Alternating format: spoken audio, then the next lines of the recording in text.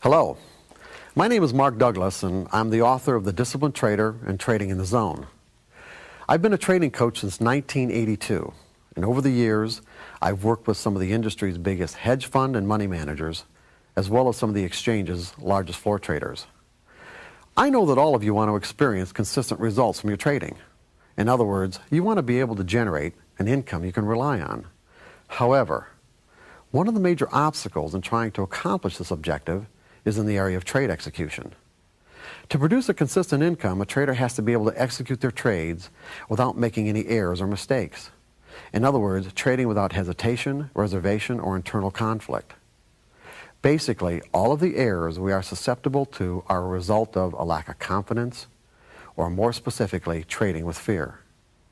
What most people don't realize is that trading without fear is actually a learned trading skill, a skill that has to be cultivated and is the primary difference that separates the professional from the typical trader. In this series of DVDs, I'm going to provide you with the kind of insight, understanding, and specific mental techniques you'll need to learn to trade without fear, so that, like the professional, you can move in and out of your trades with the kind of confidence and ease that will allow you to take full advantage of your wise trade or any other trading methodology.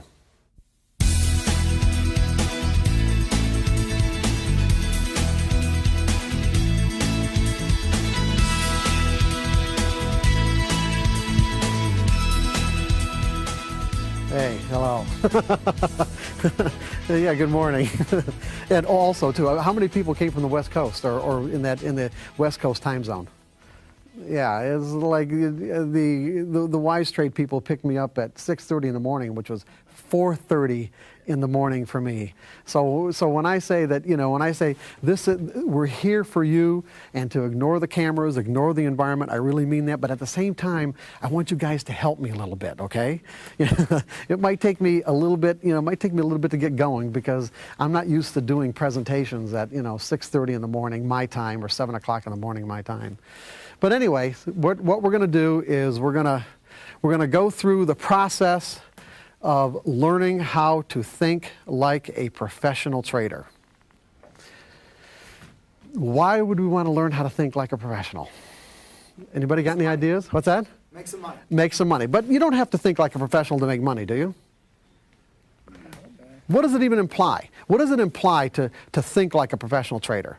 I mean, let me ask you this. How many you guys have, I don't know what your trading experience has been in terms of the number of years you've been at it, or kind of give me an idea of the demographics here of the audience. I mean, how many people have been trading for more than 2 or 3 years?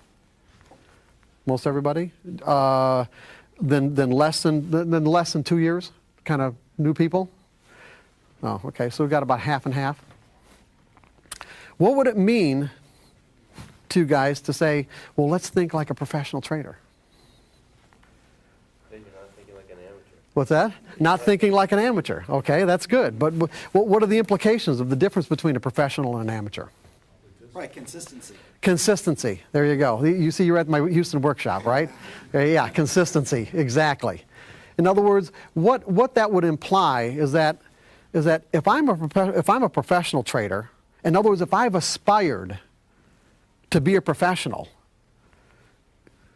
one of the implications would be that I can make consistent money, because if I'm trading in the mode of a professional, I could be a hedge fund manager, a professional hedger working for trading companies, or just having a full-time job as a trader where my income, my sole income, is derived as a trader. And to be in that kind of a position, or to be in a position where other people are going to give you their money or give you their assets to be able to, make money for them, it would certainly imply that you can make consistent money.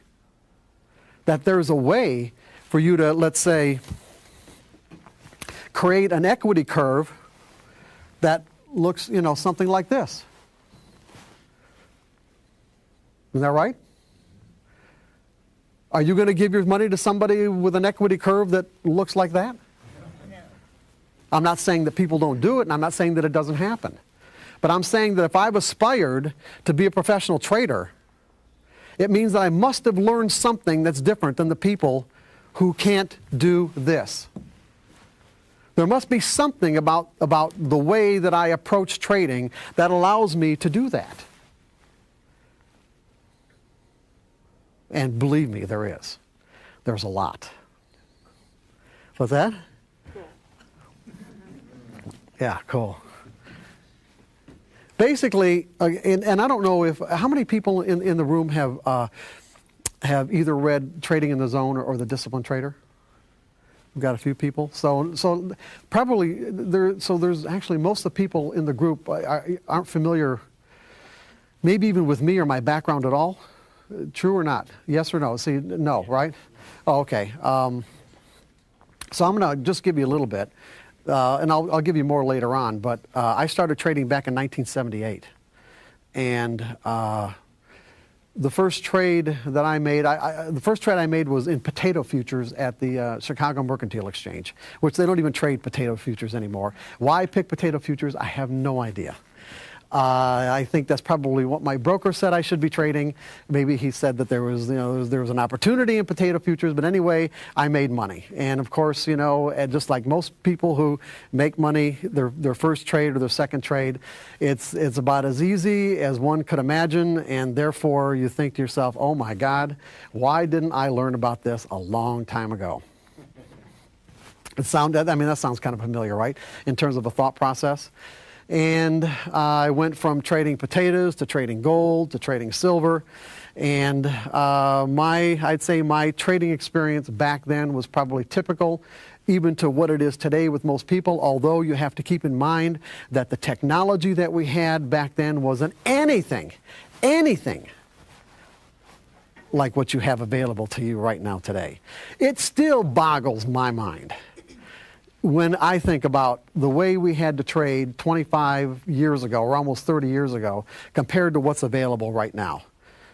I mean, I've always been attracted more to trading commodities than stocks. As a matter of fact, I've never even traded stocks. I've always traded commodities and options. And I've never really had the desire to trade on the floor of the exchange. Although I lived in Chicago for 20 years, it never really appealed to me. I don't know how many people are familiar with the floor or the trading pits, but I just thought it was an extremely harsh environment, and not something that just, like I said, it appealed to me. But the kind of trading platforms that you guys have available to you today really, truly approximate what it would be like to have a seat at the Chicago Board of Trade or Chicago Mercantile Exchange and to trade at that level. You have instantaneous execution. And it's like you can change your mind and not feel humiliated or like, there's something wrong with you. You can put it in order, you can cancel it.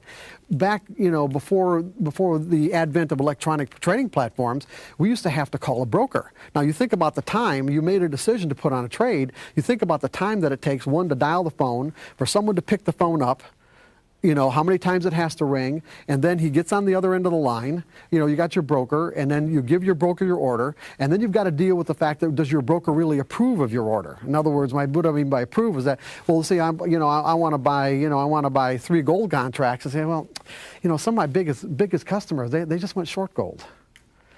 Now what are you going to do with that information, okay? Or I've got, X number of guys that are on the other side of that trade. I say, well, yeah, if you want to take the other side of their trade, that's fine with me. I'll put the order in. So it's like, so he could put the order in, and then, you've got to wait for a fill.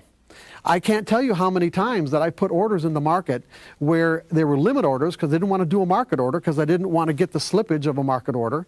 So you do a limit order, and on a limit order, the market has to trade. To be guaranteed to fill, the market has to trade through your price, does it not? How many times has the market traded to your price, okay, just right to your price on a buy order and reversed, and you didn't get filled? That's very possible. The problem when you're doing it with a broker over the phone is that order goes into the pit. It goes to an executing broker in the pit itself. So you've got a runner, and the order's got to go back to the runner, back to the phone bank, back to the broker, and the broker calls you with a fill. You're talking several minutes. Now, what if you're in a situation in a fast market where the market actually hit your price? You may have gotten filled, but you really don't know. You don't want to put a stop in the market because you don't even know if you're in or not. And the market's screaming, let's say, even in your favor, and you'd like to take profits, but you still haven't gotten your fill back yet. You don't even know if you're in the market. This is the kind of stuff we had to deal with all the time. All the time. It was a completely different world. Not only that, the only information that we had available to us was open, high, low, and close. That was it. Open, high, low, and close bars. And we used to have to get those unless we talked to our broker and pestered them, X number of times a day. You get it through the Wall Street Journal. We used to have to keep our own daily charts. Intraday stuff was just like non-existent. So anyway, I started trading like that. I went through, I don't even remember what my first trading account was. I think it was around $20,000. I lost all of that, and then, saved up some money and opened up another one for around 15, lost all of that, and then went to another broker, and I'm thinking this guy doesn't know what he's doing, and I'll find somebody who does. And then this is what really, this is probably the reason I'm even standing here today, was this particular trade, because this particular trade, it had a profound impact on me in terms of how it changed my life and what I was willing to do to find out what this was all about. To find out really what does it take to be a consistently successful trader? What does it take to really be able to earn an income as a trader? I was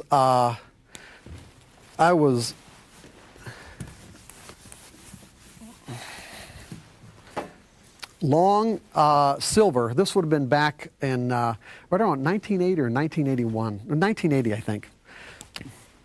I was long silver at around $9.75 an ounce,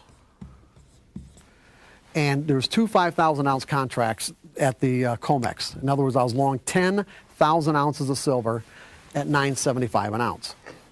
And right after I got into the market dropped about 20 cents on me to about $9.55.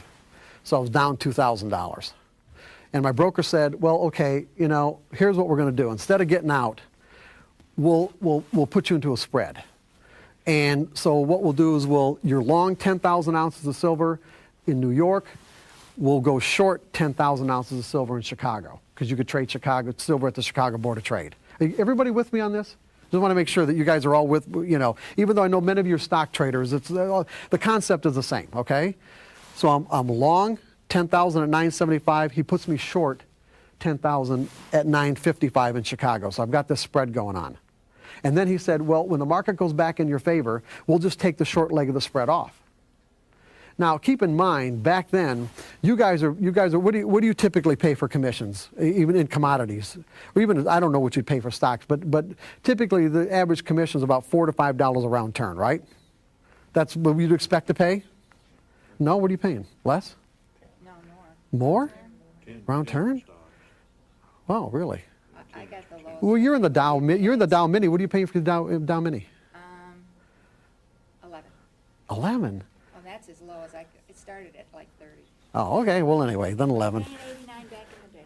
Oh, okay. Well, back then, back in the 80s, how much do you think we were paying back then? Come on, give me a guess. Come on. Guess. What? Yeah, 125. How's 125 a round turn? Yeah. Per contract. Yeah. So in other words, for me to put this trade on cost me $250. Yeah. Okay. When he put this one on right here, it cost me another $250. And then he said, of course, that when the market goes back into my favor, he'll take the short leg of the spread off, and I should be all right. So that's exactly what the market did. The market went back up to right around the 975 area. He took the short leg of the spread off, and then the market immediately dropped back down another 20 cents and put the short leg of the spread back on again. So that's another $250, okay? Plus, he just locked in. When he took this off, First of all, he locked in a $2,000 loss by putting this trade on. When the market went back up to 975 and he took this off, he locked in another $2,000 loss. And then when it went back down again, he put it back on and locked in another $2,000 loss. Now I'm down $6,750. Okay? And then, of course, it happened 2 or 3 more times. Now, from the market's perspective, all the markets, the silver market's just in a trading range. That's all it is. It's just in a trading range. But I didn't know how to read chart patterns at the time. I didn't really understand what was going on. I was just listening to him. And so what he was doing was just taking advantage of the fact that it was going back and forth between support and resistance and generating commissions for himself, okay? That was it. That's basically, he was just turning my account. But that's not the story, okay? That's happened to a lot of people. Of course, it happens less now because we're all responsible for the trades that we put on. All we have to do is click the mouse button, and it's not that much money. But here's the story: is that as these losses are mounting, okay, and I can't sleep and getting real stressed out. You know, I wake up one morning and I thought, you know what, this is it. I just can't take this anymore. I just can't take it. And so, you know, when I got to work, I called them and I said, you know what, just get out of the whole damn thing. I just can't do this. So just liquidate the position. Does anybody remember the Hunt Brothers silver debacle?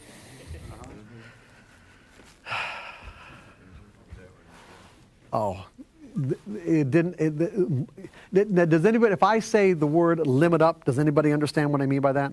Okay, the exchanges will impose artificial price limits of how much a commodity, or even a stock for that matter, can fluctuate in any given day before they stop trading. So we don't have these kinds of moves too much anymore. But back in the 80s, limit moves were really quite common. They really were. In other words, what would happen is this: is that if the market went up, let's say, I think in silver it was 50 cents. I don't remember exactly what it was, but if the market went up by 50 cents, they would actually stop trading. Meaning, if the market was bid up to, let's say in this case, $10.25, trading would stop. In essence, what this means is that at 10.25. There were no people, there wasn't anybody in the world, this is important for later on. There wasn't one person in the world who was willing to sell silver at 10.25 if it was a limit move. Not one person. And so what happens is that the price will go up seeking to find who will actually sell. So what the exchanges didn't want is there to be this huge fluctuation all in one day. There might have been sellers at 10.26, or there might have been sellers at $11, but you don't know that because the exchange says we're going to stop trading at 10.25. You guys with me on this? Okay? So what happened is that I don't think it happened more than maybe half an hour, 45 minutes after I got out. The market was trading right around $9.75 an ounce, where silver went limit up. And went limit up, was 30 days in a row, to $49 an ounce. To $49 an ounce. I was looking now. Think about this. Okay, now think about being in this kind of a winning trade. Now, when we're in a winning trade, the market almost never goes straight up, and it never goes straight down. There are rare occasions, of course, like in this case, when it does. So that when we're in a winning trade, we have to constantly be making decisions about where we're going to take profits, and how much heat we can take with the market coming back against our position to say, well, is this a time to take profits? Or am I going to let it come back a little bit further? Am I going to come back a little bit further against me? Because, well, is this normal retracement, or is this more significant, okay? Is this a little bit of a profit-taking retracement? Is it more significant? Should I get out now? Do we have more left? Are we going to make new highs? You got to be making all these kinds of decisions. And it's very difficult, as we all know, right? See, in this case, I didn't have to be making any decisions because the market went limit up 30 days in a row. Boom, boom. It was like, go ahead. Were you out, or were you still? I was out. I just got out like a half an hour before it happened. So you were just going, oh my God. Oh, yeah. See, the problem is I couldn't even get back in because there wasn't anybody willing to take the other side of the buy orders. On a limit move, you can't get back in. So I sat back and watched in complete agony. I mean intense agony. Did you throw up? I didn't throw up, but you know, it's like maybe I almost did. I don't know. Go ahead. Why didn't you get out? You said you had 5 contracts? No, 2. Two. Just Why 2. don't you just take one off the table, let the other one run for another day? First of all, Jerry, you're assuming that I knew that this was going to happen. No, I'm assuming that getting out all at once takes you out of the play completely. Jerry, have you ever been in a situation where you really lost a ton of money and you just can't deal with it anymore? Yeah. Well, that's where I I've was been in at. a situation where I've been down a lot of money. Okay. I didn't lose because that's on paper. No, well, commodities, no. With stocks, you're right. With stocks, it's technically on paper. When you're in commodities, the money's out of your account. It's gone. It's gone at the end of the day. Okay, it's not. This is not paper money. This is real money. Are you with me on this? Yeah, I'm understanding you. Okay, so I wasn't looking at like I said, paper losses. The money was out of my account, so I'd had enough. I couldn't take it anymore. So when you think about it in that context, when you just made up your mind that I just can't deal with this anymore, it doesn't even occur to you to get out in stages. Why would I get out in stages when I've already gone through a week and a half of this back and forth, and and it's virtually wiped out my account? Because by then I probably would have had to put more money, even for me to take just one contract off and leave one on, I probably would have had to put more money in the account. And there just wasn't any point in doing that. Are you with me on this? I don't trade commodities. I trade other things, But the concept's the same. except it doesn't come out of my. It's, as you said, it's a paper trade. Yeah, you already own. If you own stock, you own an asset. I own. And if you want to hold on to that asset until it goes down to zero, that's fine. Okay, your money is not flowing. In a sense, money's flowing out of your account, but not in the same way it is with a commodity. No. Okay, I have to pay that money right now. You're just losing the value of an asset. I actually have to pay that money, and it comes out every single day. Go ahead. Go ahead and hand the microphone back to that gentleman. Another thing that can be of interest here is, at least from the way I gathered you was talking a while ago, you really weren't controlling this. Your broker was doing this. Correct. So even if you had wanted to get out in stages, your broker was doing it, saying, hey, here's what I'm doing to you in this case. Yeah, pretty much. Yeah, it's like I wasn't really in control of the situation because I didn't know what I was doing. All I know is that I was within, let's say, a half an hour, 45 minutes of a monster trade. A monster trade. Yeah, I got it. And like I said, I sat back and watched in agony as the market went up to $49 an ounce. I'm thinking to myself, I was like that close to $400,000 on just 2 contracts. $400,000. And so, like I said, when I first started telling you this really had a profound impact on me. It really did. And I thought to myself, and at the time, I was managing a commercial casualty insurance agency in the suburbs of Detroit.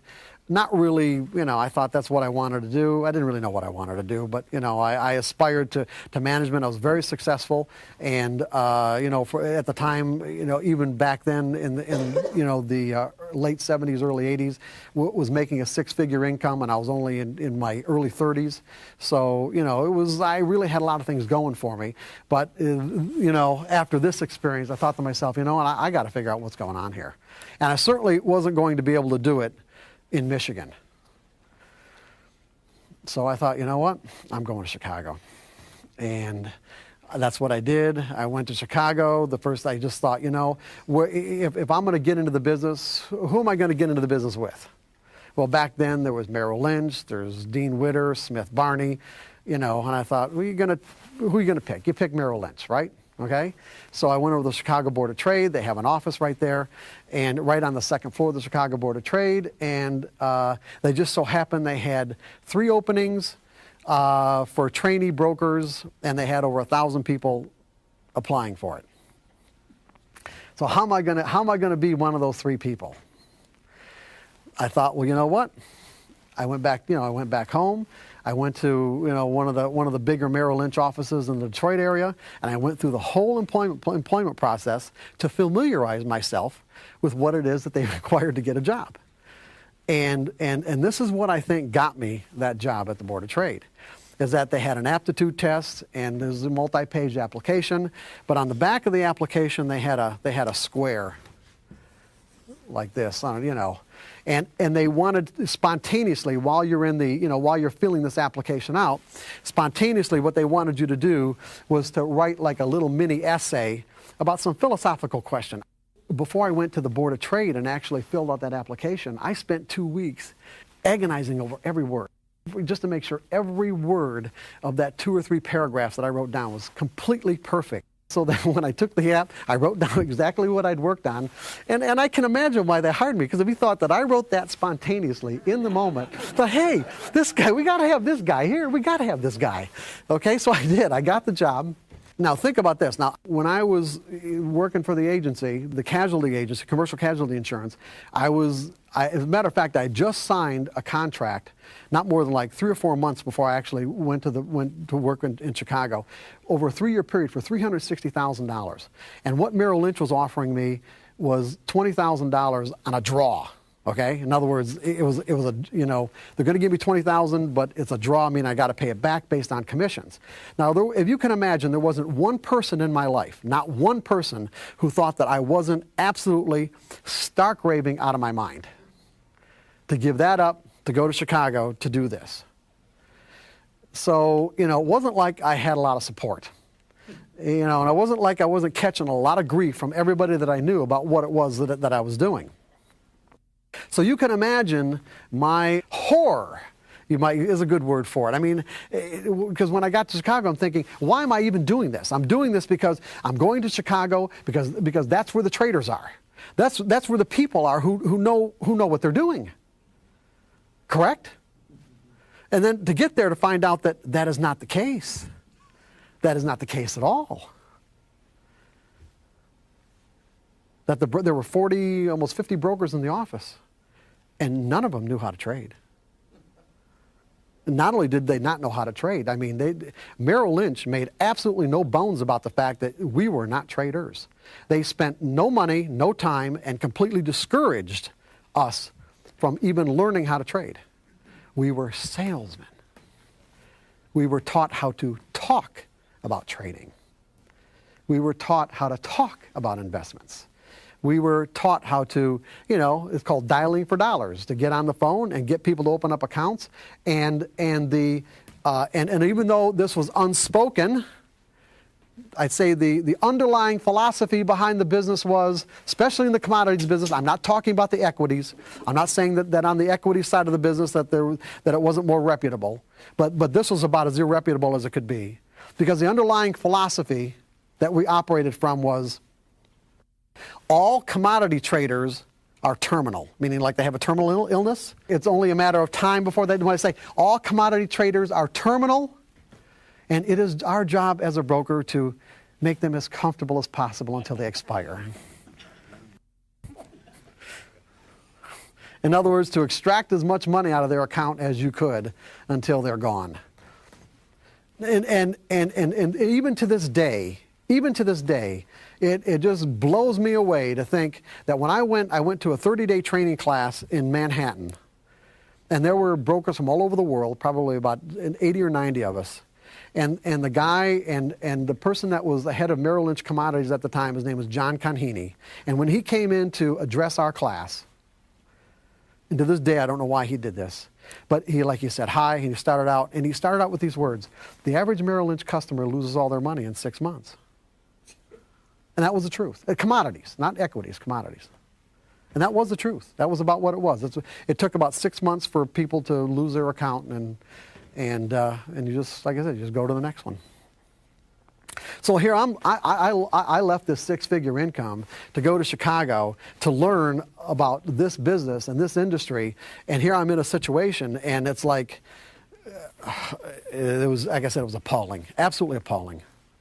So I thought, well, okay, I'll make friends with people on the floor. They must know what they're doing. The floor traders know what they're doing. Well, I found out that wasn't necessarily the case either. Now, it doesn't mean that the floor traders didn't know how to make money. And this is, I'm not going to get into this because we don't have time. But even though what you do is called trading, and what they do they call trading, the way and the mindset that you have to make money couldn't be further apart, even though they're both called trading. The typical local, when I mean the person who traded for their own account in the pit or on the floor of the exchange, the way they made money, almost they weren't trying to make direction related decisions. In other words, it wasn't the kind of trading where they would find themselves in winning trades that were going in their favor, but that's not the reason why they put the trade on. And like I said, I'm not going to get into the specifics or dynamics of it because it'd take me too long to explain, and it just isn't necessary for right now. All I'm saying is that it's a completely, as a matter of fact, before I left Chicago and moved to Arizona, the Chicago Mercantile Exchange asked me, and I worked on it for a while, for about 6 months before I left, asked me to put together a program to help floor traders make the transition from the floor to screen-based trading, because it's a huge psychological leap. It really is. It's a huge transition that has to be made. So what I'm saying is that, not knowing that before I got to Chicago, it was like here I'm in a situation where I really didn't know anybody who really knew how to trade, or at least knew how to trade in the sense of creating that consistency that we're looking for. It doesn't mean that people couldn't make money. People were making money all the time. It's just that, what's the point of making money if you're susceptible to giving it all back? In other words, if this is your equity curve, and then all of a sudden you're experiencing these huge losses and huge drawdowns, not only is this certainly damaging financially, but it's also damaging emotionally. And it can be very difficult to recover from. These are what I call the boom and busters. Okay, you basically had traders that fall into 3 categories as far as equity curve is concerned. You've got your consistent winners, the people who have, the traders,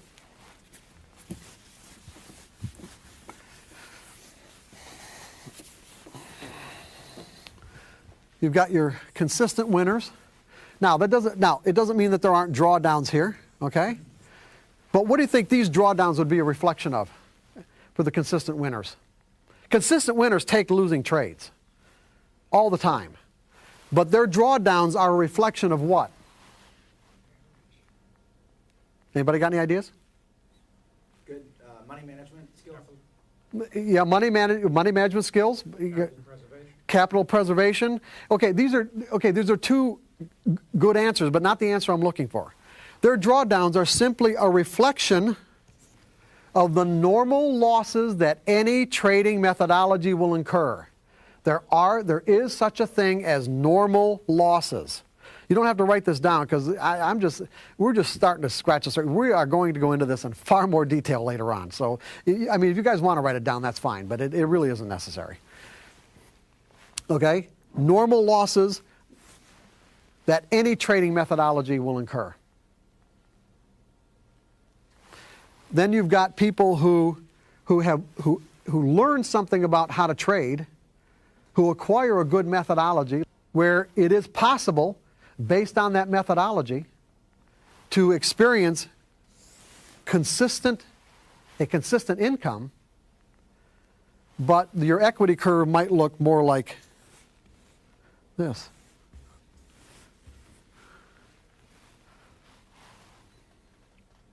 Most people who are experiencing the boom and bust cycles, these are the bust cycles, would say that something happened in the market to cause this. What you're going to find out today is that it is not the case. Even though it may seem like it, it is not the case. These are virtually always the result of trading errors, what I call trading errors, which we're going to go into in detail later on. One of the, just for the gentlemen, few people back here that don't have any idea of my background, I'm going to go a little bit further in it, and I'm just going to jump ahead for a second. I ended up being a trading coach, and working with. I was a trading coach for probably about 17 years. I don't really do it much anymore. I just pretty much focus on my own trading. But but while I was, especially in the, throughout the 80s and most of the 90s, I worked with a lot of floor traders. And we talk about boom and bust. There was one of the floor traders I worked with was probably one of the 5 biggest bond traders at the Chicago Board of Trade. And when I met him was in like around May of 1992. And from January of 92 until the time that I met him in May of 1992, he had around, this is a guy that just traded for himself. He didn't trade for a firm. He just traded his own account on the floor of the Chicago Board of Trade in the bond pit. He had $12 million roll in and out of his account. And he had a particularly bad day, and he ran into somebody who attended one of my workshops and said, hey, you should go see this guy. He called me. We had a few appointments, didn't really go anywhere. And the next thing, about a month later, I get a frantic call from his wife, who I hadn't even met, didn't even know who she was. Got a frantic call from his wife that said, they're going to lose their house if I don't do something with him, okay? he had another real bad day. So anyway, I started working with him in July of 1992. And from July of 1992 until the end of the year, he ended up the year with almost $6 million. Now, that may not seem like a lot considering he had these swings, but he'd never finished a year with more than, I think, around $650,000 or $700,000. So he had just under $6 million.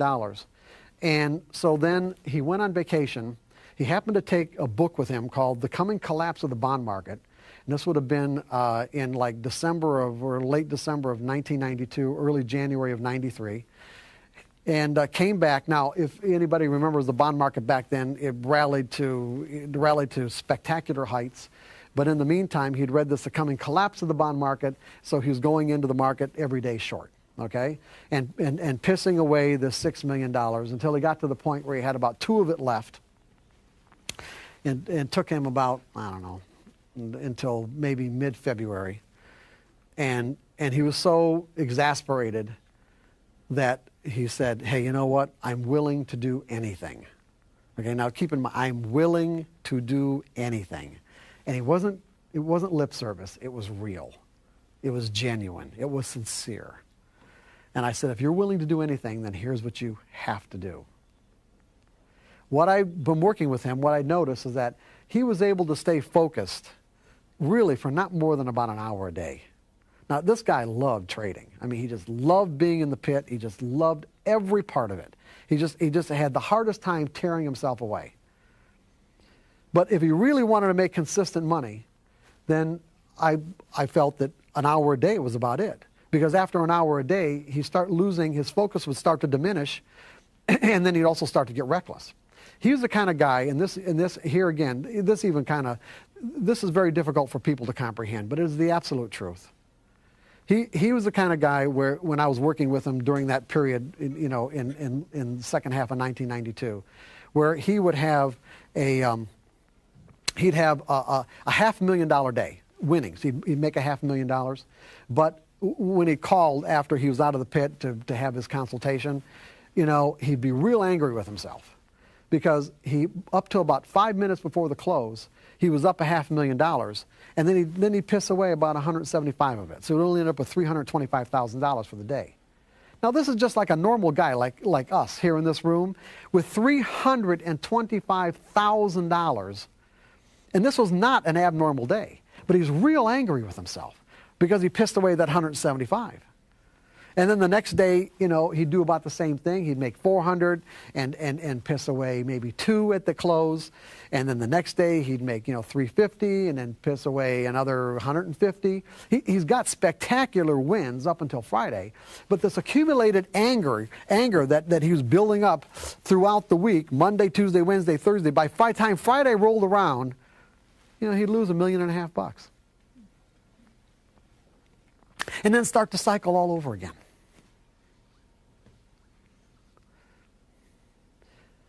So now it's like I'm saying, you know what? Especially as a floor trader, as a floor trader, you really have to be focused. When you're trading at the level that he traded at, where you're trading hundreds of sometimes thousands of contracts, if anybody knows anything about the bond market, we know that one incremental price change in a bond contract is $31.25, okay? You guys with me on this? So this would be a tick. So in other words, if the bonds went one tick up and you're long one contract, you'd make $31.25. If it went down one tick and you were long one contract, you just lost $31.25. He would trade 1,000 contracts at a time. That means one incremental tick price change was $31,000. $31,250. Now, if anybody's ever watched the bonds move, you know that it can move 5, 10, 15 ticks like that. Not only that, there can be what's called price vacuums. Everybody familiar with a price vacuum? You know what I mean by price vacuum? It means that if the bonds are at let's say 106, 106.10. You guys are probably not familiar with bond prices. 106.10. That was the last posted price. That something can happen, and you're long. Something can happen where there are no more offers, and the next posted price is 106 even. That means the market went down 10 ticks without there being any trades between 10 and even. No trades at all. Which means if you're long, you just lost in that instant $31,025 on 1,000 contracts. This is quite common.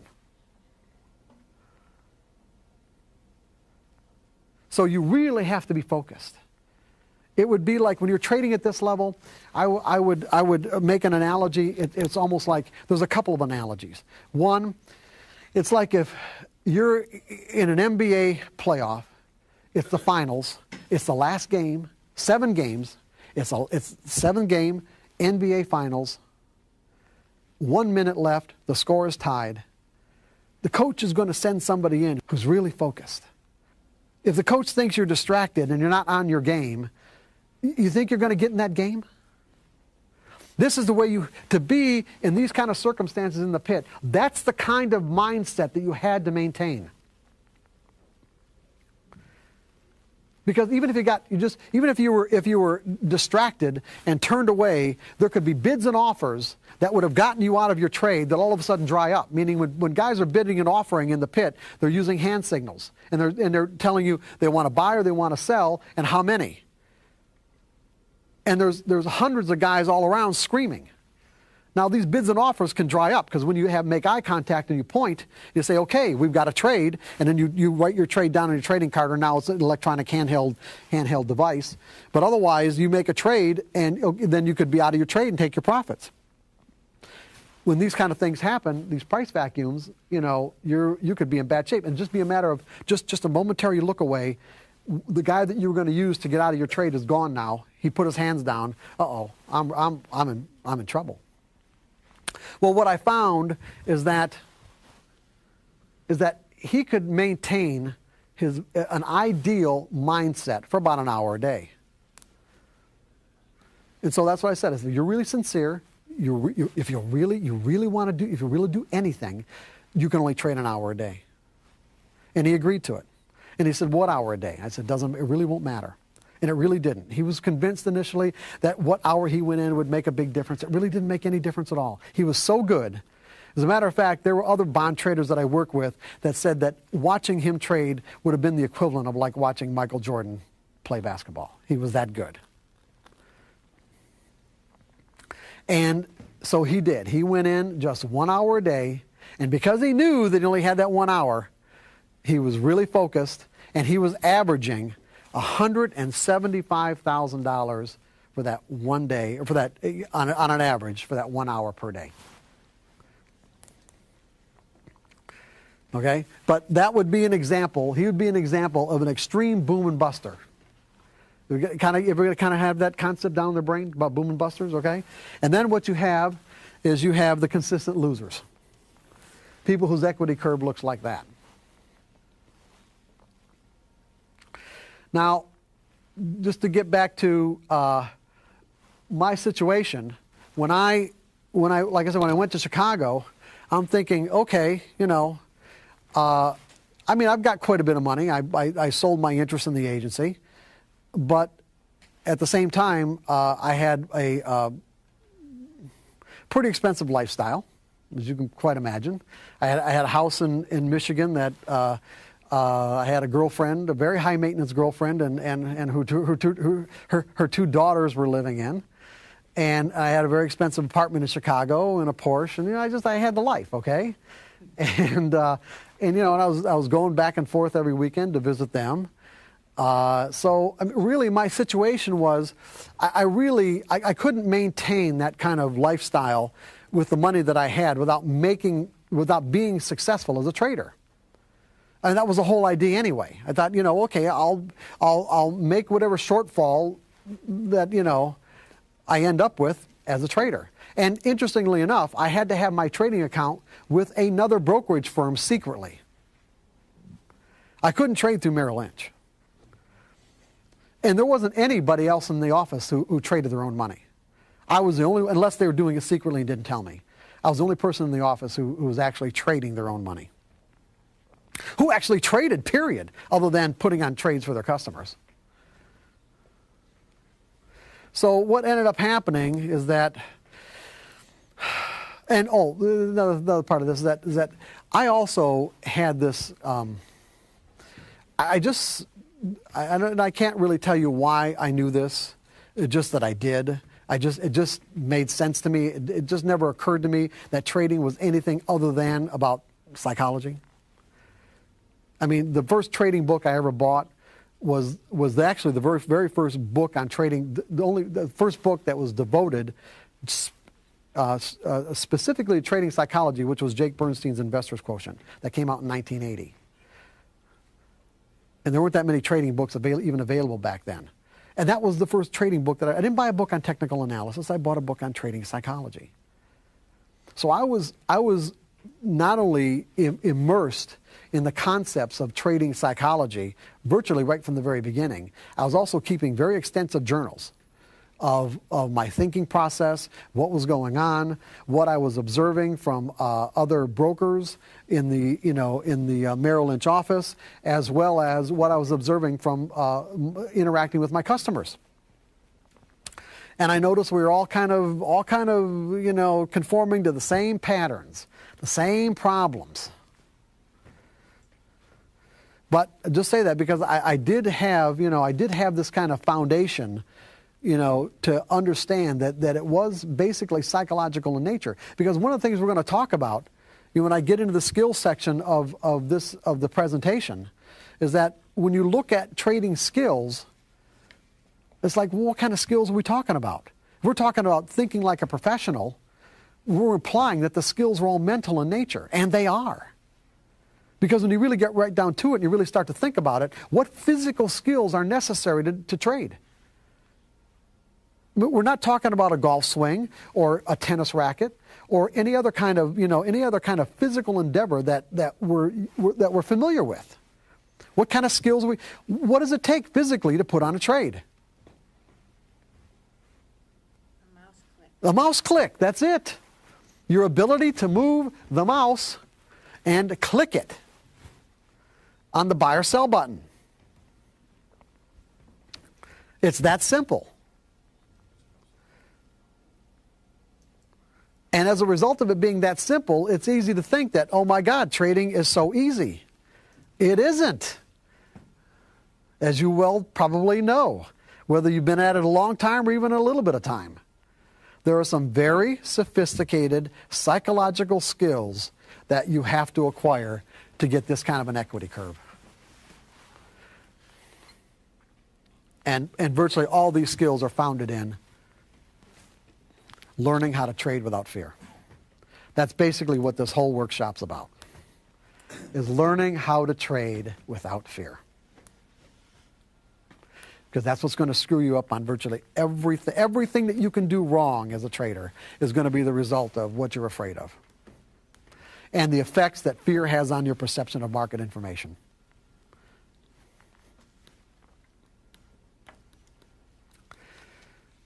So so with my situation, it's like here I'd given all this up to go to Chicago to learn how to trade, to find out that the only people who really knew how to trade back then were people that I didn't have access to. Meaning there were some big names in the industry who never really took the time or expended the effort to find out exactly what it is that allowed them to create a consistently rising equity curve. What they would say is, well, yeah, you got to go with the flow. The trend is your friend. Cut your losses, let your profits run. There's all these neat little phrases, but it's like, who in the hell knew what that meant and how to do it?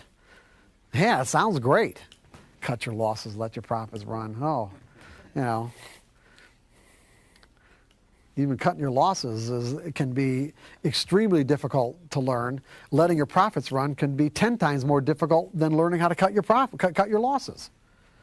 In fact, it's one of the most difficult things to acquire in terms of a skill is learning how to let your profits run. So it was like all this was kind of building up, and my lifestyle was draining my money away. And one of the things that I would say characterized me back then, if I was probably obsessive about anything, it was my credit. It's like my credit was as far as I was concerned, it was like the most important thing in life is to have flawless credit, not just, flawless. And here I'm in a situation where I am truly running out of money. And my trading losses, it wasn't really like I was losing a lot of money trading because I'd really stopped the hemorrhaging. I wasn't trading in a way where I was actually losing money, but I wasn't making any money. And it's like there was always this little voice in the back of my brain, it would come to the forefront of my consciousness that would say, Mark, this ain't adding up. There's something wrong here. There's something wrong. It's like it's not adding up. And then I kind of shove it back there and, it's going to be all right. I'll figure it out. It's going to be all right. Eventually it got to the point where I was literally out of money. And the only choice I had was to file bankruptcy. Fortunately, I was in a situation where I had two residences, one in Chicago and one in Michigan. And so I had a choice of where I filed. And of course, I filed in Michigan because if Merrill Lynch would have found out, they probably would have fired me. As a matter of fact, nobody knew what had happened. Nobody that I knew in Chicago knew what had happened.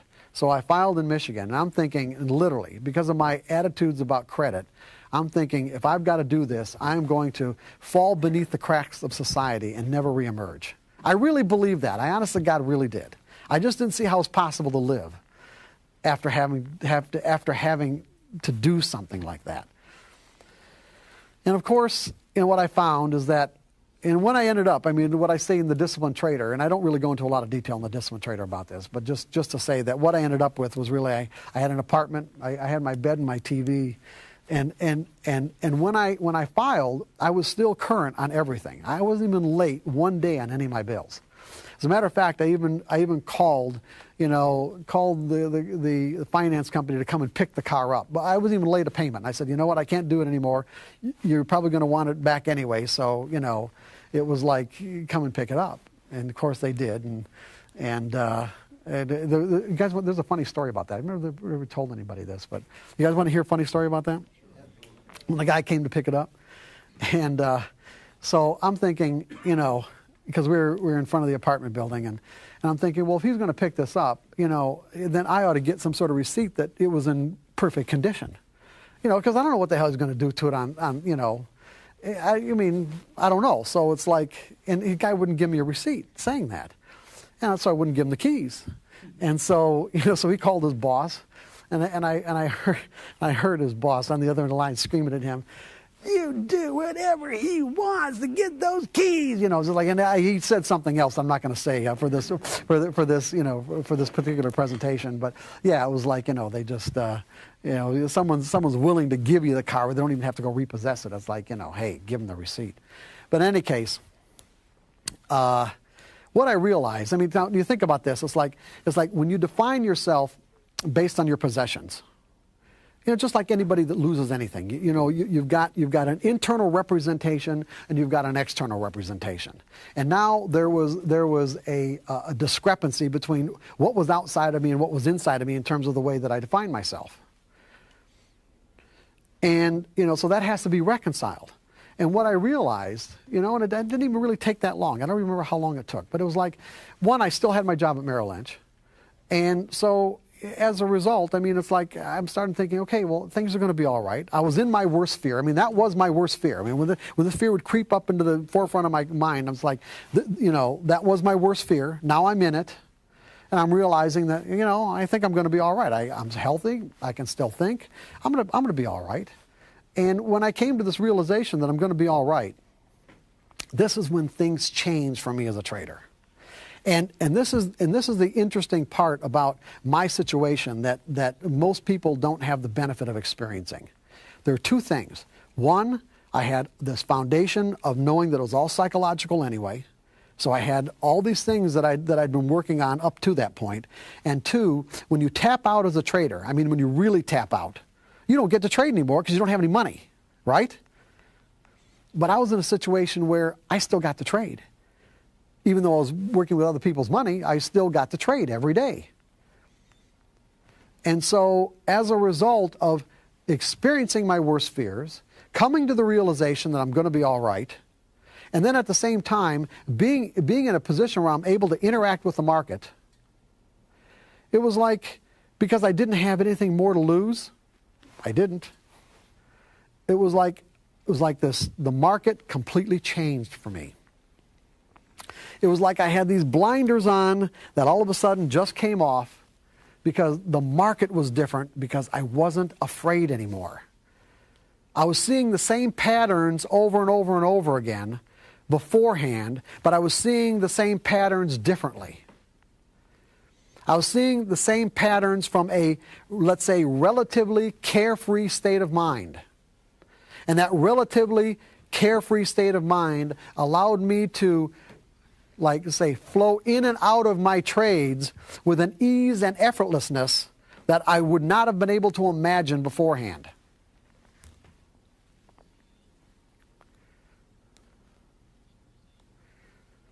And then what happened is that I started making consistent money for my customers. And there's even, there's one really, as a matter of one really good story where, I mean, there are a lot of good stories that I can tell you about my customers at Merrill Lynch. But in one case, I inherited this guy who at the time was the head of the state of Illinois' mainframe computers, and he was from India. And he had put together his own trading program, and he was using the state computers to do it. And so, and he had an account, technically an account with Merrill Lynch, but wasn't funded because he'd lost all his money. But he still maintained the account. And so I inherited him as a customer, and he would call me every day. And he was just like, and all he would say to me is like, I'd pick up the phone. He wouldn't say, hi, how are you? He'd say, give me data. Like give me the high, low, and close. And, so we interacted like this for a long time. Well, he came up with his own day trading system that eventually, well, because he and I started working on it together, he had the internal program for it, but he didn't have any money management parameters for it. So after about 2 or 3 months of working with him on it, we came up with some really good money management parameters. And then all my customers started trading it, and we were making consistent money day after day. Even to the point where Merrill Lynch was starting to take notice. Here all this whole his customer base is making money, and he got to the point where he's thinking, okay, all these people are now deriving this benefit from my work. I should be able to do it too. And he talked his wife into letting him put $5,000 into his account to fund his account. Now, I didn't know what happened to him. Why? I mean, it's not like we had personal discussions, so I don't know why he didn't have any money in his account. The guy was a maniac. It's like he put the money in his account, and 2 days later it was all gone. It was like he'd call me up and say, okay, do this. I said, well, wait a second. The system says to do this. He said, no. I don't care what the system says. This is what's going to happen. He didn't follow any of his own rules. Now here we had a track record We had a legitimate track record, bona fide, real money, day after day. He gets a few bucks in his account, and it's like he thinks he knows where the market's going.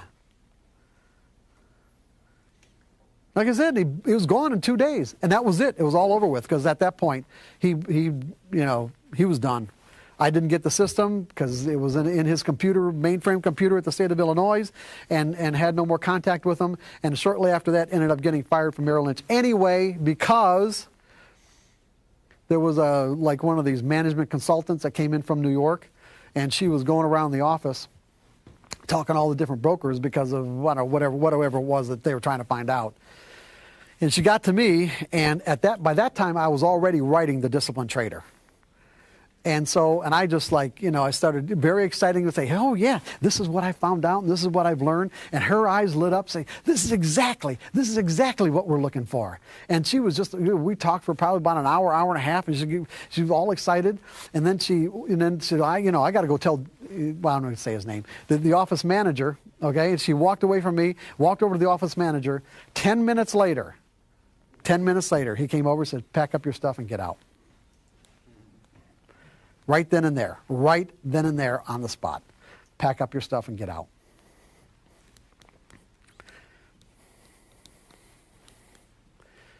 So that's how I ended up actually being a trading coach, because by then, floor trade, because I'd made friends with floor traders. I was making friends to find out how they trade and that sort of thing. Well, they started coming to me for advice, even while I was at Merrill Lynch.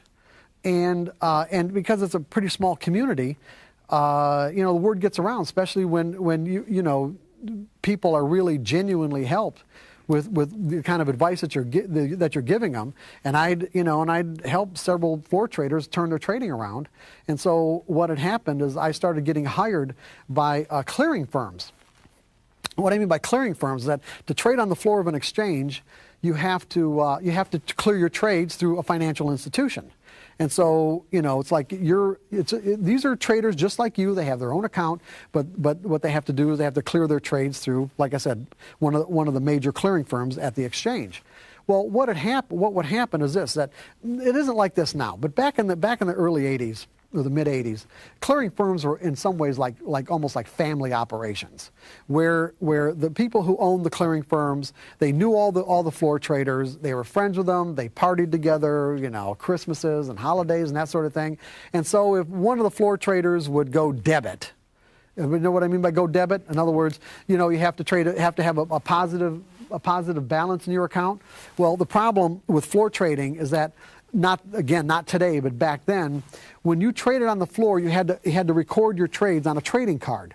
So in other words, if you and I are entering into a trade where I'm going long and you're going short, what I would do is that we would take our badge, like the acronym of our badge, and our clearinghouse number, record it on this card, and how many contracts we traded. Let's say you're short 10 and I'm long 10, and the price that we traded them at. Well, those cards didn't have to be turned in until the end of the day. And then they'd all get reconciled, meaning that between all the different trades and all the traders from all the different clearing firms, this would all go into a central clearing operation to find out which trades were, to find out who's long and who's short, how much money's coming out of whose account, and whether or not they were called what are called out trades, meaning that you thought I said 10, and I thought we were doing it for 100. Okay, so now we've got a discrepancy of 90 trades. These were called out trades that had to be reconciled before the open of the next day, which is a whole nother world. We're not going to get into it. But all I'm saying is that it would not be unusual for guys to overtrade during the day, and the clearing firm wouldn't even find out about it until the end of the day. For an example, one of the guys I worked with at Merrill Lynch, eventually he was a mathematics professor.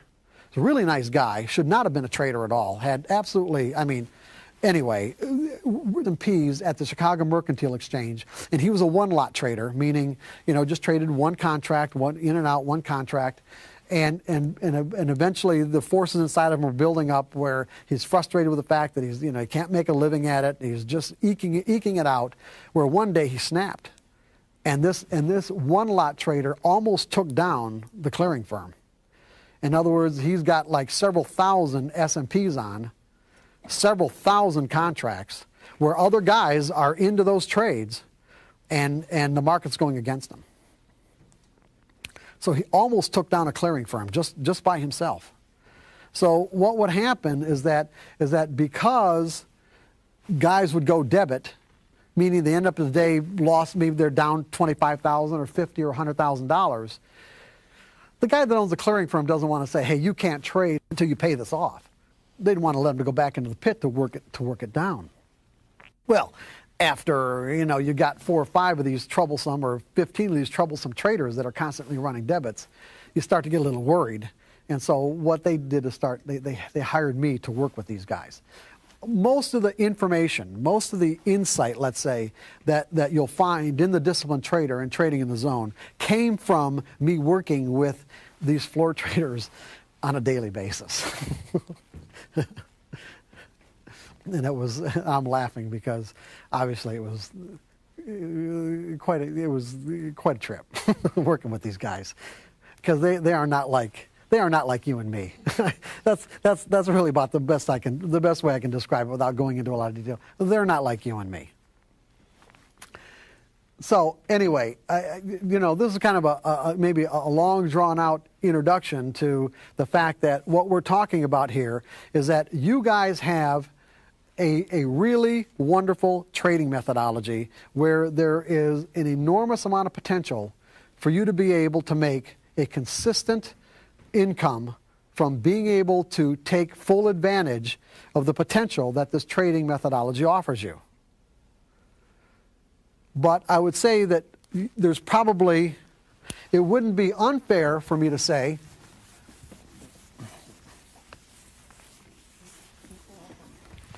that there's probably what I'm going to call the profit gap.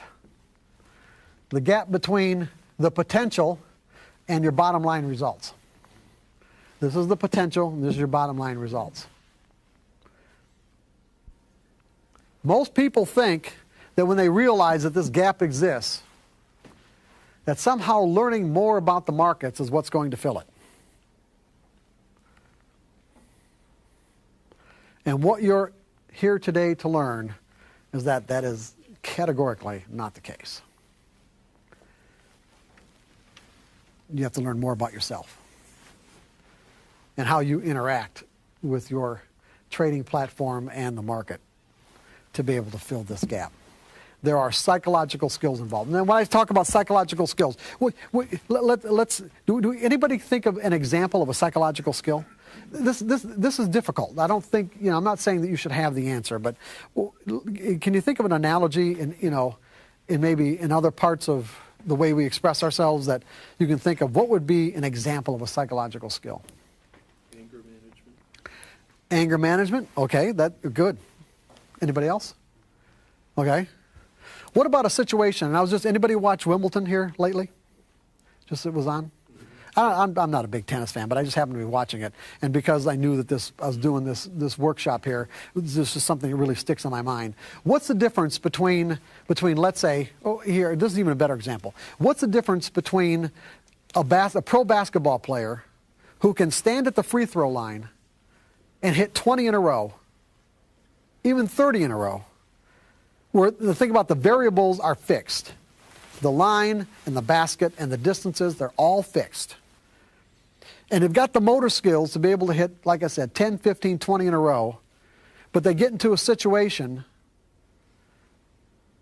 where there's 1 second left and the score is tied and this basket is going to win the game, and he chokes.